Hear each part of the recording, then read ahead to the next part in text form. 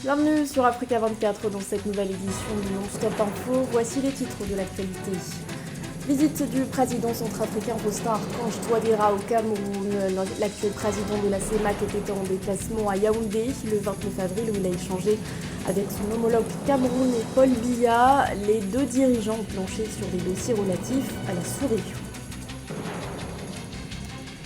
Le bilan du 6e Forum international de Victoria au Sénégal, un rendez-vous qui a cette année mis l'accent sur le statut des femmes à l'ère du numérique. Et puis la présentation au Cameroun de l'équipe Sawa Football Club de Bonendalé. Pour l'occasion, une cérémonie s'est tenue à Yaoundé en présence des autorités traditionnelles. Des détails à suivre dans ce journal. Mais tout d'abord, le prolongement de la trêve au Soudan. Les deux parties en conflit ont annoncé le 30 avril la prolongation pour une durée de 72 heures du cessez-le-feu alors qu'il était sur le point d'expirer. Entrée en vigueur le 24 avril dernier à minuit, cette trêve conclue sous l'égide des États-Unis et de l'Arabie Saoudite n'a globalement pas été respectée sur le terrain. Ce dimanche, Khartoum, la capitale, s'est une nouvelle fois réveillée au son des coups de feu. Depuis le 15 avril, des violences meurtrières opposent l'armée dirigée par le général Abdel Fattah al-Burhan aux forces de soutien rapide du général Mohamed Hamdan Daglo. Des violences qui ont fait plus de 500 morts et plus de 4000 blessés. Dans l'actualité également, la colère de la société civile après le drame de Karma au Burkina Faso. Lors d'une conférence de presse donnée le 29 avril, le porte-parole des victimes, Daouda Belem, a dénoncé la réaction des autorités. Selon lui, le communiqué publié par le gouvernement après l'attaque frisait l'indifférence et semait, je cite, la confusion quant à la responsabilité des forces de défense et de sécurité sur ce massacre. Rappelons que cet assaut a été perpétré le 20 avril dans ce village situé dans la province du Yatenga au nord. Plus de 150 personnes ont été tuées. Le procureur du tribunal de grande instance de Waïgouya, Lamine Kaboré, avait déclaré que les victimes, je cite, auraient été tuées par des personnes arborant des tenues des forces armées nationales. Depuis, une enquête a été ouverte. La Centrafrique et le Cameroun renforcent leur coopération bilatérale. C'est dans cette optique que le président centrafricain Faustin Archange Touadéra s'est rendu à Yaoundé le 29 avril à l'invitation de son homologue camerounais Paul Biya. Une visite de travail et d'amitié centrée entre autres sur la sécurité à la frontière entre les deux États. Ce déplacement intervient plus d'un mois après le sommet de la CEMAC, marqué notamment par l'arrivée du dirigeant centrafricain à la tête de l'organisation sous-régionale, Séverin Ndouke. Le président de la République centrafricaine et président en exercice de la CEMAC, Faustin Archange Touadéra, s'est entretenu 2 heures durant avec son homologue camerounais, le président Paul Biya, le 29 avril 2023 à Yaoundé.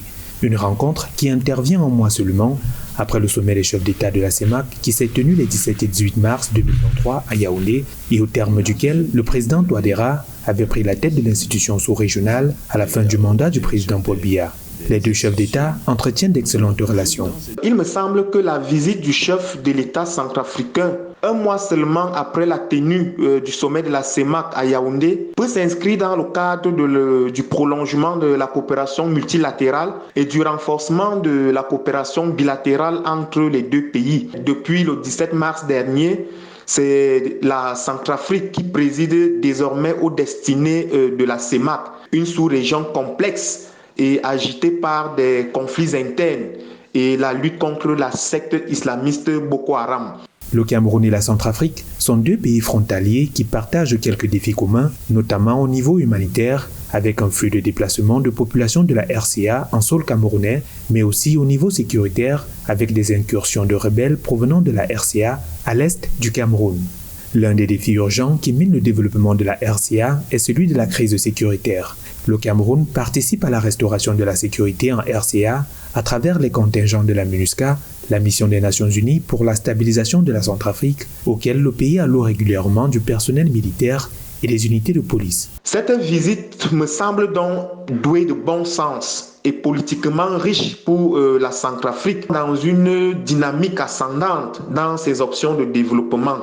Étant donné l'expérience du président Paul Biya dans la modération et la subtilité avec laquelle il a toujours su traiter la coopération avec ses voisins. Le chef d'État Faustin Archange Touadéra Dans le cadre de son mandat, la présidence de la CEMAC a parmi ses missions l'accélération de la mise en œuvre des objectifs de l'organisation, notamment la libre circulation des personnes et des biens et le développement économique par la coopération sous-régionale. Retour sur la 6e édition du Forum international de Victoria qui s'est déroulé à Dakar du 24 au 30 avril. Un rendez-vous placé sous le thème Innovation et technologie à l'ère du numérique pour parvenir à l'égalité des genres. Les participants ont notamment mis l'accent sur l'importance de l'alphabétisation numérique des femmes vivant en milieu rural. Reportage de notre correspondant cher Omar Kamara. Les pouvoirs publics africains s'efforcent de lever les disparités entre les sexes pour permettre aux femmes de bénéficier des mêmes droits que les hommes et impulser ainsi le développement par la participation de tous. C'est ainsi l'objectif du Forum international de Victoria, dont la 6e édition s'est tenue en terre sénégalaise du 24 au 30 avril. Cette année, les participants ont discuté du statut des femmes dans la réalisation de l'égalité des sexes sous le thème de l'innovation et de la technologie à l'ère du numérique. Le thème universel qui est un monde digital, inclusif pour parvenir à l'égalité des chances, c'est une sorte de reconnaissance des Nations Unies à l'égard des femmes qui contribuent à la promotion des innovations, des technologies à travers le monde. Ce qui reste un très bon point.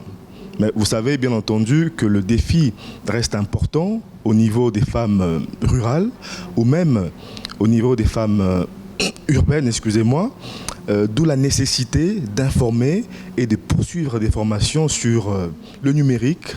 Cette rencontre a permis aux femmes leaders à travers le continent d'échanger sur la place des femmes dans le numérique. En tant que femmes leaders, nous sommes souvent projetées à nos différents postes avec certaines aptitudes et attitudes peut-être qui nous permettent pas souvent de réussir. Donc s'arrêter par moment, apprendre, comprendre les bases et les fondements tels que le leadership, le management, l'organisation, la performance sont des éléments très importants qui nous permettent en tant que femmes leaders, quelles que soient les organisations auxquelles nous appartenons, associations, organisations publiques, entreprises, de pouvoir performer. Selon la sénatrice ivoirienne Marie-Irène Richemont-Aoua, la Côte d'Ivoire a abordé très tôt les questions de genre en lançant un projet d'alphabétisation des femmes avec un volet numérique pour répondre aux préoccupations des femmes en milieu rural. Il est heureux que plusieurs gouvernements, en tout cas en Côte d'Ivoire, le gouvernement sous la houlette de son Excellence, M. Alassane Ouattara, a pris des mesures de telle sorte que les femmes dans les zones rurales apprennent à lire, à calculer. Elles apprennent à écrire dans leur langue maternelle avec des smartphones, un programme qui leur permet de vendre, de promouvoir leurs produits. Selon le rapport de l'UNESCO 2021 sur la science, les femmes ingénieures dans l'innovation et la technologie ne représentent que 28% et celles dans l'intelligence artificielle 22% à l'échelle mondiale. Pour combler ce fossé, il est donc urgent pour l'Afrique d'intégrer les questions de genre dans tous les secteurs au cœur de la transformation vers une transition numérique globale entre les hommes et les femmes.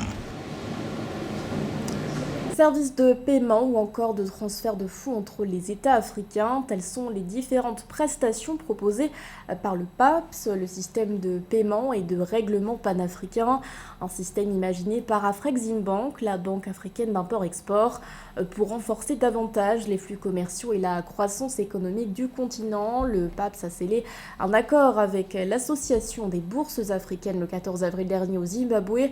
Plus de précisions avec Eugène Chema et Laetitia de Bilong.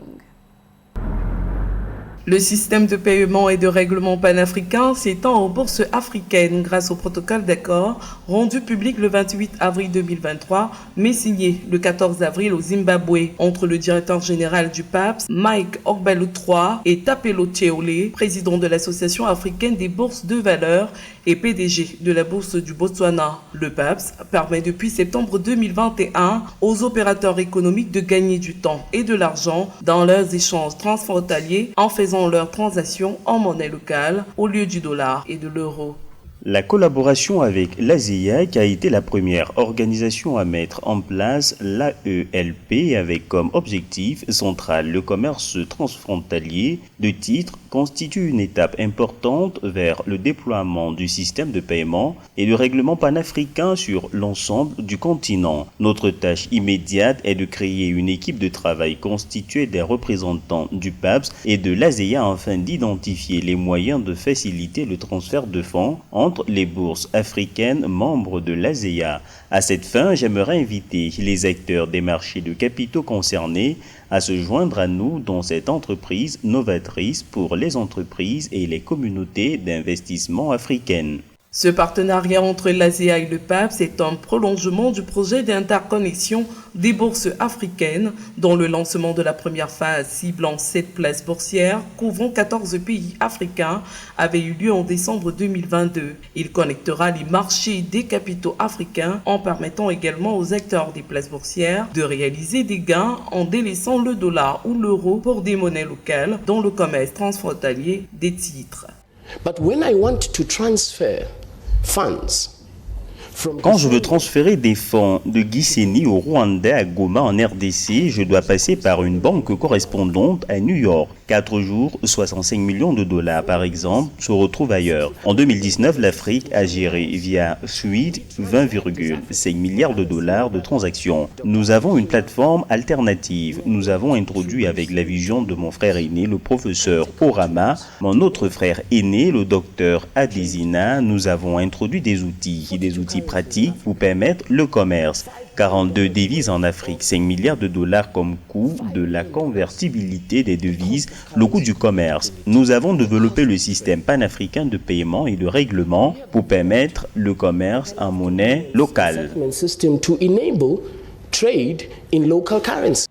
Infrastructure de paiement panafricaine, le PAPS a été mis en place par le secrétaire de la zone de libre-échange continentale africaine et la Banque africaine d'import-export pour faciliter les transactions intra-africaines et apporter une contribution importante à la matérialisation du projet du marché unique. Le partenariat avec l'ASEA vise aussi le déploiement du PAPS dans les pays membres de l'association, qui compte 9 bourses et une capitalisation boursière combinée à 1500 milliards de dollars. La Confédération africaine de surf s'est récemment dotée d'un nouveau président. Il s'agit du Sénégalais El Hadj Oumar Seye, élu le 23 avril dernier. Il succède au Marocain Mohamed Kadmiri. Son projet, installer la discipline à l'école, aussi bien chez les filles que chez les garçons. Les détails avec Paul-Marcel Mayaki. Accepté déjà par sa fédération. Le Sénégalais El Hadj Oumar Seye est depuis le 23 avril 2023 à la tête de la Confédération africaine de surf. Il succède au Marocain Mohamed Kadmiri, deuxième président de la Confédération africaine de surf. Depuis sa création en 2017, El Hadj Oumar Seye ambitionne de rendre plus compétitif ce sport sur le continent. Je veux que le surf africain commence à gagner l'argent en Afrique. Je veux que le surf africain soit sécurisé en Afrique. Je veux que le surf africain soit fier d'être professionnel en Afrique. Sur le continent, le surf est notamment développé en Afrique du Sud, au Maroc, au Libéria, au Sénégal ou encore à Sao Tomé et Principe. Pour inciter davantage de personnes à la pratique de sport nautique, le nouveau président de la Confédération africaine de surf ambitionne de mettre un accent particulier sur la formation des jeunes, des femmes et des techniciens. Je veux que tous les techniciens africains qui ont le niveau aient leur diplôme ISA, ASC, pour pouvoir coacher, encadrer en Afrique. Si on a mis ces mécanismes en place aujourd'hui, on parlait sur notre projet phare, qui est la formation-développement. Détecter les nouvelles talents, les former et développer le surf africain. Comme ça. Pour le faire aujourd'hui, c'est en collaboration avec les autorités africaines, les présidents des fédérations, pour insérer le surf à l'école. Une fois qu'on a réussi ça aujourd'hui, ça veut dire qu'aujourd'hui, on peut créer des pôles sport-études. Avec ses 30 500 km de côtes arrosées par 3 océans et plusieurs mers, l'Afrique est une destination idoine pour la pratique des sports nautiques. Pour le nouvel exécutif de la Confédération africaine de surf, ce sport pourrait contribuer davantage au développement du continent. À travers le surf, on peut développer beaucoup de choses dans ce pays. C'est vrai que j'entends aujourd'hui, nos autorités sont en train de mettre un politique sportif. Mais le surf est un des rares sports pour vendre cette destination au Sénégal. On peut vraiment développer ce pays à travers le surf. Parce que le tourisme du surf est très très puissant. Né en 1977 à Ngor, El Hadji Oumar Sy est l'un des pionniers du surf au Sénégal. Il a signé son premier contrat professionnel en 1995. Après 25 ans de carrière, il s'est lancé dans le milieu du business comme opérateur économique, vice-président de la Fédération sénégalaise de surf, manager général de la World Surf League en Afrique de l'Ouest. El Hadji Oumar Sy est également l'entraîneur de l'équipe nationale sénégalaise de surf. Nous envolons à présent pour le Cameroun où s'est tenue une cérémonie de présentation de l'équipe Sawa Football Club de Bonendalé. Un événement qui s'est tenu à Douala en présence des autorités traditionnelles. La création de cette équipe s'inscrit dans le cadre d'un projet communautaire initié par l'investisseur camerounais Yves Bolanga. Reportage de notre correspondant Narcisse Oum. La cérémonie de présentation de l'équipe Sawa Football Club de Bonendalé a eu lieu le 27 avril 2023 à Douala, la capitale économique du Cameroun. Une rencontre qui avait pour but de célébrer les joueurs et leur expliquer la profondeur du projet sportif communautaire, de transmettre aux joueurs et aux joueuses les valeurs de respect, de solidarité, de fair play et les règles de vie en groupe telles que la ponctualité, l'assiduité et la politesse. Le projet Sawa Football Club n'est pas nécessairement une contribution au sport. Les Américains appellent ça un give back to the community. C'est juste un désir de rendre à la communauté ce que la communauté nous a donné. Dans le cadre sportif, l'objectif du club est de faire connaître sa structure et ses activités, de continuer à donner du choix en termes de diversité de catégories et d'éducateurs de qualité ayant pour but la formation physique et morale des joueurs. Les interventions sur le pupitre de Roger Mila et de Joseph-Antoine Bell, deux des trois anciens lions indomptables présents, ont égayé les joueurs et supporters. Le staff administratif, les joueurs et encadreurs de Sawa FC de Douala ont reçu la bénédiction des ancêtres Sawa pour la bonne évolution du club. Les responsables ont eu droit à tout, à l'eau du cœur de l'estuaire, à une graisse spéciale qui émane du lion.